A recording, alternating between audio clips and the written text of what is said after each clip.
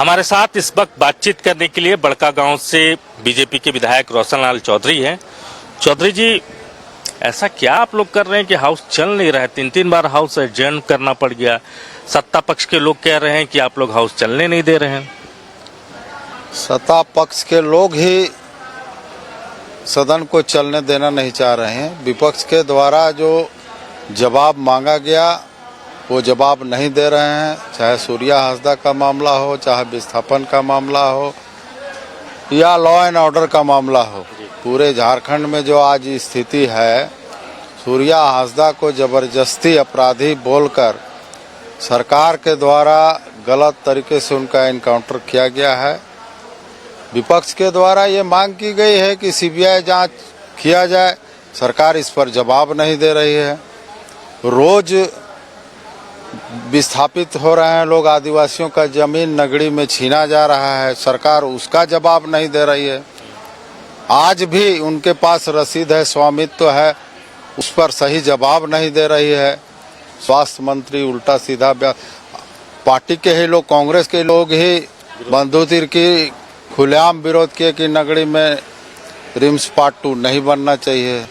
तो ये बात वहाँ के धरती पुत, वहाँ के जो जमीन जिसकी है उनकी आवाज़ है, आदिवासियों की आवाज़ है।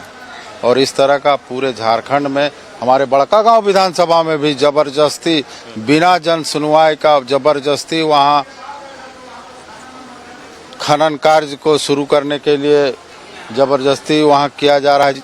जबकि सरकार ही नियम बनाई है कि कृषि योग्य जमीन में कोई भी खनन कार्य या फैक्ट्री नहीं लगाया जाएगा। जबरदस्ती जमीन छीना जा रहा है। लोग यदि अपने हक अधिकार की बात कर रहे हैं तो उनके ऊपर लाठी गोली चलाया जा रहा है। लेकिन सूर्या हासदा वाला मामले में तो सरकार ने सीआईडी जांच के आदेश दिए हैं, तो आप लोग को क्या लग रहा है, सीआईडी सक्षम नहीं है? अपने जांच करेगी सरकार। ये तो शराब घोटाला कांड में भी देख लिए कि चार्जशीट दाखिल नहीं अपने नहीं कि समय पर, जिसके चलते फेल हुआ। सिर्फ लीपा पोती करने के लिए सीआईडी जांच का ही कर रही है। विपक्ष इसका विरोध करती है। यदि सरकार निष्पक्ष है तो उसको डर किस बात का है? सूर्या हासदा अपराधी था नहीं था, ये कोई न्यायालय नहीं है कि पक्ष सरकारी घोषणा कर दे कि वो आरोप किसी पर भी लगाया जा सकता है। माननीय गुरुजी के ऊपर भी बिहार सरकार के समय शूट एंड साइट का ऑर्डर था, लेकिन उस समय जांच हुआ। आज गुरुजी हमारे लिए माननीय हैं, उनके ऊपर आरोप सिद्ध नहीं हुआ। आज पूरे झारखंड के लोग उनको आदर्श मानते हैं। तो गुरुजी को भारत रत्न मिलना चाहिए, ये तो सत्ता पक्ष का मांग भी है।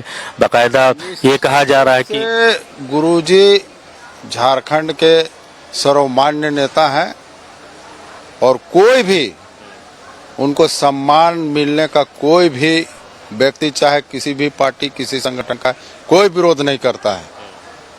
लेकिन यहाँ पक्ष विपक्ष की बात है। सरकार जिस तरह रवैया अपना रही है, खुद सदन को चलने नहीं देना चाहती है।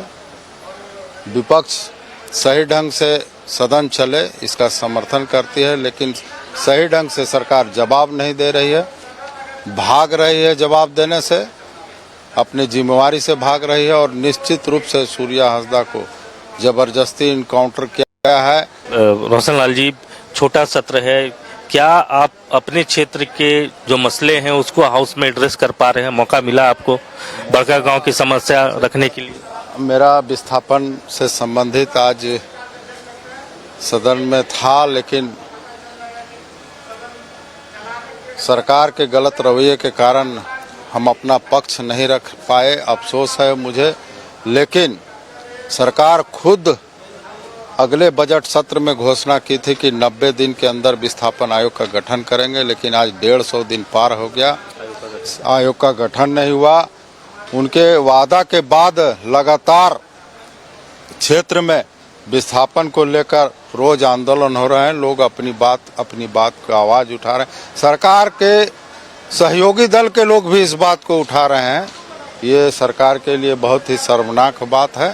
चाहे नगरी का मामला हो या बड़कागांव में जबरदस्ती जमीन छीना जा रहा है, वहाँ के लोगों को जबरदस्ती कम मुआवजा देकर उनके मकान को गिराया जा रहा है, उनको रोजगार नहीं दिया जा रहा है। इसका हम विरोध करते हैं और सरकार से मांग करते हैं कि जल्द से जल्द विस्थापन आयोग का गठन हो और वहाँ के पूरे झारखंड के लोगों को जो विस्थापित से प्रभावित हैं, विस्थापन का दंश झेल रहे हैं, सबको अधिकार मिलना चाहिए। बहुत शुक्रिया हमसे बातचीत करने के लिए। कैमरामैन संजय लाल पासवान के साथ राकेश कुमार, न्यूज़ 11 रांची।